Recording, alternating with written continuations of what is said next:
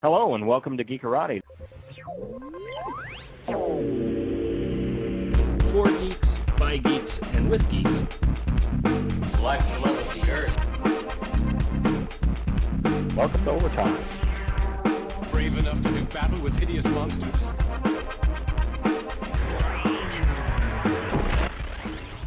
I am Sinistar.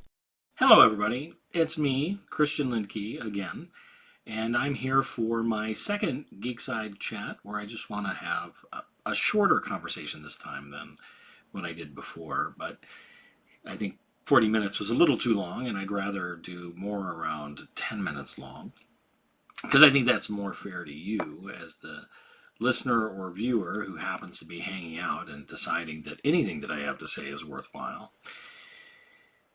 My topic today is actually one of irritation. I don't normally try to rage bait or talk about things that annoy me too much, but I recently saw a video, and it's been making some rounds, and it's got a decent number of views on interwebs, on the Tube of You and on Substack, and it's being shared a lot. And it's about the death of fantasy fiction and how fantasy literature in the United States was kind of killed when it was a child emerging from the womb or from Odin or from Zeus's skull or whatever by an evil editor who came out and only wanted to capitalize on Lord of the Rings, and therefore American fantasy literature and fantasy literature in general has never seen anything really great and original and literary, particularly in America. And I was taken aback by the video in a couple of reasons. You might be wondering, Christian, why are you wearing this like bright blue color? And in part, I'm wearing this in rejection of it because the person who made the video is wearing what Dr. Rebecca King called in a recent essay that I'll cover or share in my weekly Geekly on Friday, dark academia, right? It's where everything around them is in fall colors. You're wearing brown, the books are brown, they're hardbound, they're worn. They're giving a sense of mystery and appeal. You're maybe drinking a hot tea or a coffee latte, maybe particularly with pumpkin spice, perhaps. There are oranges and browns all around you, and you are super serious. And I didn't want to do that. I want to be a little whimsical. Most of my whimsical shirts are a little, well, they're in the laundry. So I decided to wear my UC Riverside shirt and hang out with you to talk about this. I'm not going to name the person. I'm not going to share their video because I don't think it's worth doing that, because there is so much inaccurate in the video. Not only do they conflate timelines, but they make huge mistakes in stating even that the editor that they are criticizing had a formula, and that formula was produced every novel that the publishing company ever produced, ignoring the fact that many of the most successful books from that publisher, in particular, say, Dragon Riders of Pern, completely violate all those rules, as does one of the other masterworks, a work that I don't particularly like, but I recognize the quality of it. I just don't like it because I find the subject matter disturbing and I don't want to deal with it, and I hate the protagonist. I think he's a terrible human being.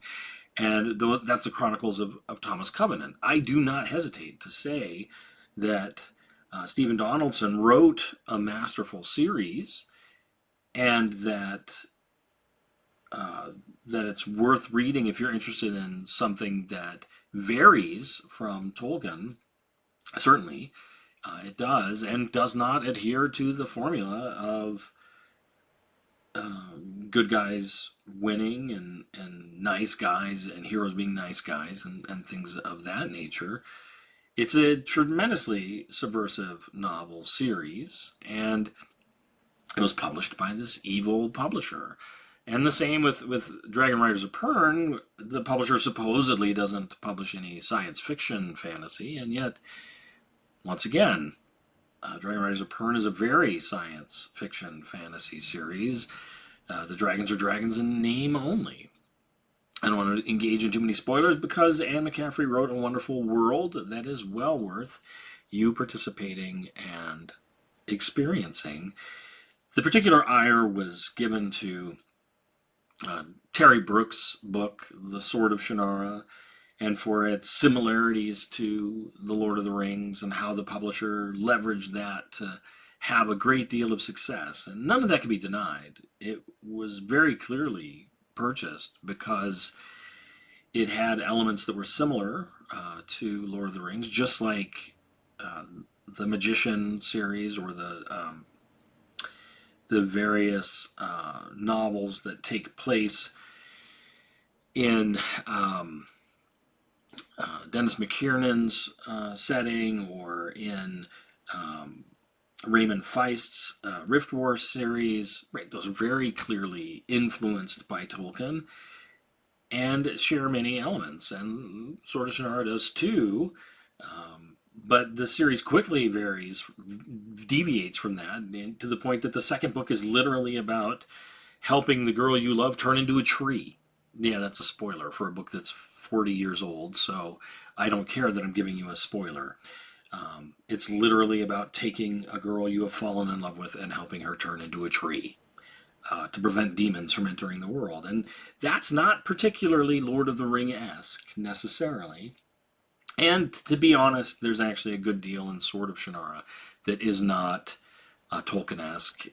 The post-apocalyptic elements, which this particular critic said are completely removed, are not completely removed. It was obvious to me the first time I read them that the Shannara books take place in the Pacific Northwest, and that was before I moved to the Pacific Northwest. It was before I knew how beautiful the Snake River and the Columbia River were, before I'd experienced their beauty, and before I began to wonder where exactly Paranor is, because it's somewhere up here in the Pacific Northwest. It might be in Idaho. Maybe Paranor is on top of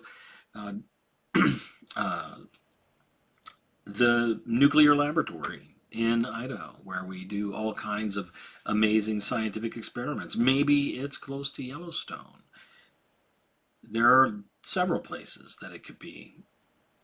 But it's very clear that it's post-apocalyptic, and it's unavoidably so when you encounter the robotic insect-like creature that I've always kind of not actually visualized as insect-like, though it is.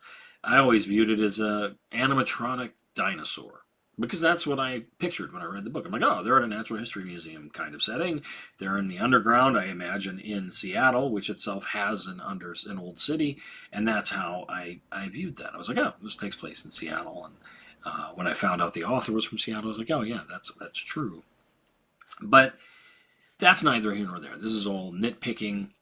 The fact is that the author's main assertion, other than going on a sidetrack about Michael Moorcock, which once again was achronological. It was inaccurate in its chronology because, Epic Pooh, the essay that Moorcock wrote criticizing Tolkien and C.S. Lewis and G.K. Chesterton, and praising Susan Cooper and Mervyn Peake, and going back and forth on Robert Howard and Edgar Rice Burroughs, that was published within a few months of Terry Brooks' Sword of Shannara's novel, and it was not at all a response to that. It was a response to what Michael Moorcock viewed as reactionary fiction from a stodgy old guard that was seeking to preserve a kind of bucolic rural sensibility to fantasy, and Tolkien wanted to bring about, or not Tolkien, Michael Moorcock wanted to bring about a kind of urban and cutting-edge counterculture kind of fantasy, which you see in his Jerry Cornelius stories. You see that in his first Elric story, which is a complete subversion of Robert E. Howard's Conan, right down to the preamble that introduces the character. Elric is an anti-Conan, but he's an anti-Conan, by the way, that is also in love with Conan, that the author's in love with Conan. It's the kind of deconstruction that only somebody who loves the source material can make. He's making a counterpoint, which makes sense because Michael Moorcock was a part of the New Wave movement of the 1960s, late 1950s, all throughout the 1960s, that culminated, one, in his own New Worlds work and his revitalization and editing of kind of avant-garde material. A key example of that is his book Behold the Man, which is a retelling of the Christ story from a tremendously sacrilegious perspective. One of my favorite science fiction novels, one of the first science fiction novels I ever read, actually, and it had a deep impact on me. I'm a huge Michael Moorcock fan. The book is highly sacrilegious, and the end is disturbing. But it's an interesting conceit. What if an atheist who knew a lot about the Bible traveled back in time and ended up becoming Christ? That is not a spoiler. That's literally chapters 1, 2, and 3. And the spoilers would be to say how that evolves with time. But that was, that's old Michael Moorcock. And it culminated with him and doing this in fantasy and science fiction, and Harlan Ellison, of course, with his very famous anthology in, I believe, 1964, might be a little bit later, culminating with a New Wave 2 that disturbed a lot of people who thought they were committing parricide, trying to just kill the prior generation and enforce a new generation of writing, which they were doing to a certain degree, but also with participants from that older generation. Poole Anderson was a participant in Harlan Ellison's writing, as were some others. I don't want to go grab my copy off the shelf to go through the list of all 32 stories to say, oh, these are the classic authors who participated. But needless to say, he had authors in his New Wave book that were from the John W. Campbell era of science fiction that had decided to move on and tell different kinds of stories. Similarly, Michael Moorcock wanted to tell different kinds of stories, not just from Tolkien, but from traditional bucolic fantasy of the William Morris nature as well. That there was something new to be done, that was urban, that was revolutionary, that had Marxist critiques of society, that engaged in the same kinds of counterculture in fantasy fiction as were going on in science fiction and literary fiction. And one of the best examples of this, of course, is his Chronicles of Corum series, where if you've read Epic Pooh, you know that Michael Moorcock hates the continual drawing off of Irish mythology that was abundant in a lot of fantasy. Note that that's different than the Norse mythology and Saxon mythology that Tolkien was drawing off of. But instead, he's mad at this drawing on traditional Irish fiction and maybe Arthurian fiction as well. So what does he do with the Corum series? The Corum series is the first 3 books draw heavily off of Welsh fiction and the Mabinogion. And his second series, the second trilogy of Corum novels, draws directly from Irish mythology, in which Corum himself is a manifestation of Nuada of the Silver Hand, right? So he just plays with that and undercuts that, because that's what he's attacking. And he's attacking those fictions before Terry Brooks is published. He's already countering that. And he's already making money countering that, right? So it's true to say that there was a boom of science fiction and fantasy, mostly fantasy, after Tolkien was published in the United States, particularly after the paperback. Actually, the hardcovers, while they had a certain amount of success, it wasn't until paperback, which was first released in the United States illegally or through a loophole where somebody published pirated copies. I believe that's the Ace Books version. And then Ballantine published the legal versions before hiring then Lynn Carter to do an entire series of fantasy books. In fact, the Lynn Carter, which she does mention, the critic does mention, the Lynn Carter adult fantasy series is quintessential, and it was not a financial success, but in part that's because a lot of the books were arcane. But, once again, some of the books that this critic was showing as being post Terry Brooks post Shannara were books that had initially been published as a part of the Ballantine series. I'm thinking in particular of the Derini novels, which started as kind of obscure Ballantine books. Great books, by the way. Highly recommend. But this comes to the thing, and this is what I really want to get to. The critic asserts that there is no American Tolkien. There's no American Lord of the Rings. And that is incorrect. There is an American Lord of the Rings. There is an American Tolkien. The American Tolkien is Gene Wolfe. Gene Wolfe is a phenomenal author who actually shares a lot of those reactionary qualities with Tolkien that Michael Moorcock would reject and not like. And yet, Gene Wolfe, a lot of Gene Wolfe, is post-Moorcockian. So Moorcock has had his influence, and that certainly had an effect on the writing of Gene Wolfe. But so too did the writing of Jack Vance and the Dying Earth series that predates even some of Michael Moorcock's stories, but certainly not all. It's old enough that the Dying Earth created the magic system for Dungeons and Dragons, which was released in 1974. So you've got a book series that predates that enough that it inspired that. But the book series by Gene Wolfe that is, in fact, the American Lord of the Rings is the Book of the New Sun. Right? It's a tetralogy. It's 4 books, not a trilogy. And it begins with Shadow of the Torturer. And the second book's Claw of the Concolator. And it is a magnificent book filled with rich language. Gene Wolfe is a wordsmith and tells a compelling tale. It's told in the first person, which is ridiculously difficult to do well, and Gene Wolfe manages to do it with a kind of subtlety and exquisite poetry.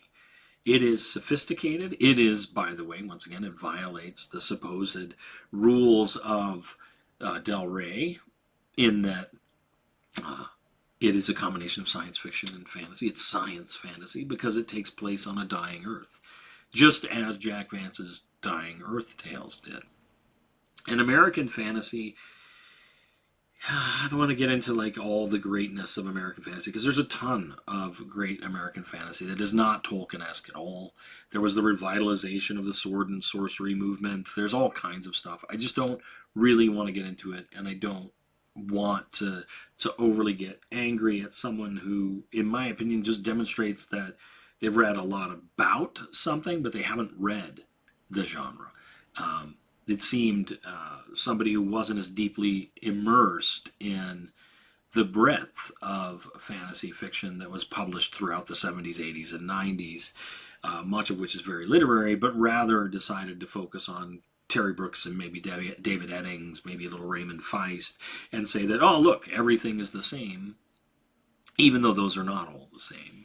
They have certain qualities that are similar, and they all have genre components that echo one another. They have tropes, what the person would call a formula, and the person was, once again, very dismissive of formulas, which, I'm sorry, unlike this particular critic, I like formulas. When I go to a romantic comedy film, I go to a romantic comedy film for one reason and one reason alone. I want to watch the couple get together. I don't know how they're going to get together. I don't know why they're going to get together. That's where the originality is. If I'm watching Shop Around the Corner, I want Jimmy Stewart to fall in love. If I'm watching In the Good Old Summertime, I want to watch Judy Garland be persuaded to fall in love with Van Johnson. If I'm watching You've Got Mail, I want to watch Meg Ryan fall in love with Tom Hanks. I picked those 3 films for a very specific reason. They are the exact same story. Each is a remake of the prior one. Each one is magnificent. They are a delight to watch. Nora Ephron's adaptation in You've Got Mail adds richness and depth, not only updating the story to a different time, but adding details to the romance. Similarly, In the Good Old Summertime, adds depth to the why do they fall in love question. How do they fall in love? It is not rushed. It's a little bit rushed in Shop Around the Corner, even though that movie is in my list of perfect movies. In fact, all three are in my list of perfect movies. They're all a delight to watch, but they follow a formula. Because they're the same story beat for beat. I don't mind formulaic stories.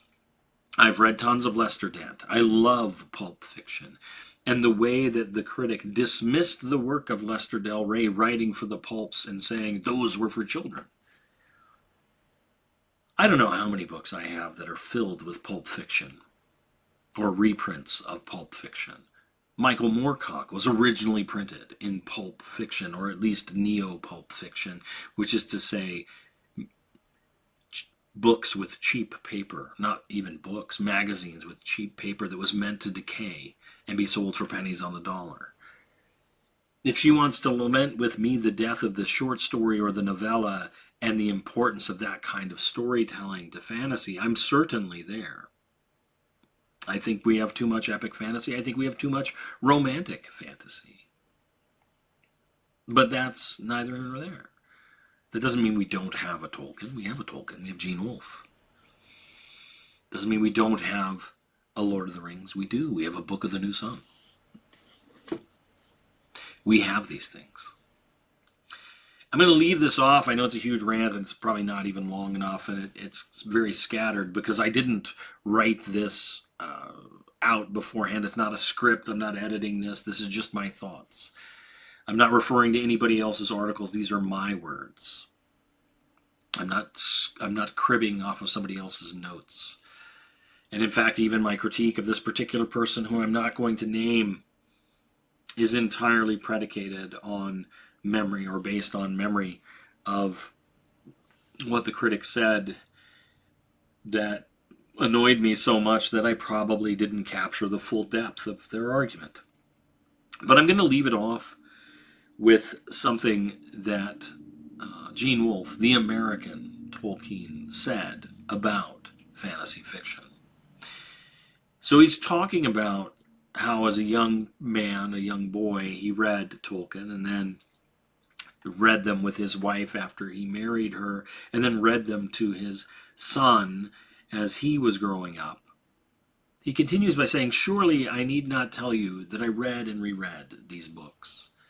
I married in November of that wonder-filled 1956, and Rosemary and I read them to each other." And that's such a fun, I just love hearing that, because when I was dating my wife, we would read to one another. We still do. And we would read whatever, right? We would alternate reading. And it's something that I love to do in the nighttime, right? As we're going to bed, to just open a book, read a short story, or read a chapter of a novel. As we get busy, or in busier times, we don't get to do it, and we miss something to that. But anyway, he says that they used to read them to each other, most often while driving. Oh, that's something to do on road trips, right? A note in The Return of the King indicates that my older son Roy and I read them together, reading the final page on April 20th, 1967. Roy was born in 1958. Eventually, I feared he would read my Houghton Mifflin hardcovers to pieces, and I bought paperbacks, putting the hardcovers away in the old glass-fronted bookcase, where they still stand again. Where they will still stand again when I've completed this tribute to their author. Yet, in a sense, it's complete now. I have shown you, I hope, that what these books have meant to me. If you find echoes of them in my own books and stories, particularly in The Wizard Knight, with which I have struggled for the past year, you will not have discomfited me. I am proud of them. Terry Brooks has often been disparaged for imitating Tolkien, particularly by those reviewers who find his books inferior to Tolkien's own. I can only say that I wish there were more imitators. We need them. And that all imitations of so great an original must necessarily be inferior. That is the right way to view it. That we need more imitators, not fewer. We need imitators who love the source material. Not who want to deconstruct it or destroy it or remake it, but who love it and want to take it to new heights. They're going to fail. They're not even going to attain the height of the original work, because in the case of Tolkien, it is a masterwork. It is a great work of literature.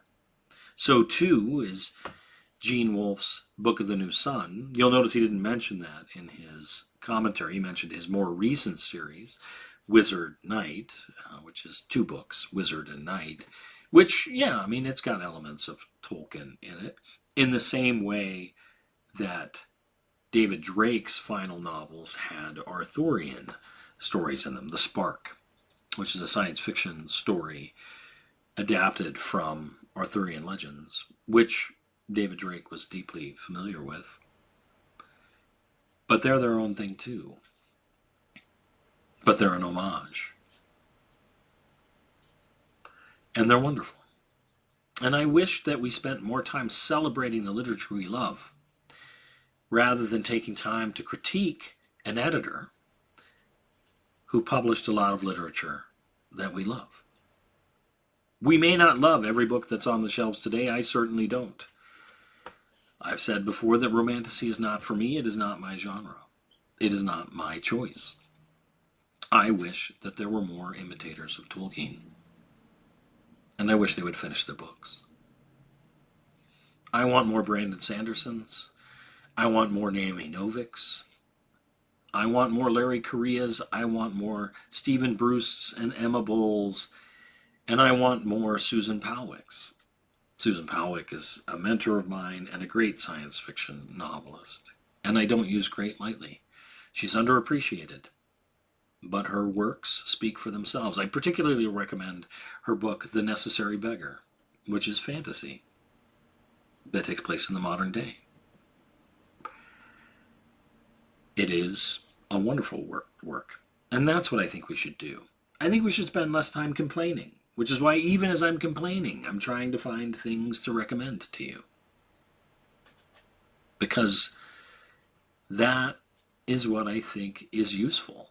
Not being mad, not being angry, but using any irritation we might have to share the things we love. So read Gene Wolfe, read David Drake, read Terry Brooks and Raymond Feist and Stephen R. Donaldson and Stephen Boyette and Michael Moorcock and Susan Cooper and L. Sprague de Camp. There's my really radical departure. Do that. Have a great day, and I'll talk to you later. This has been Christian Linke, and I'm geeking out.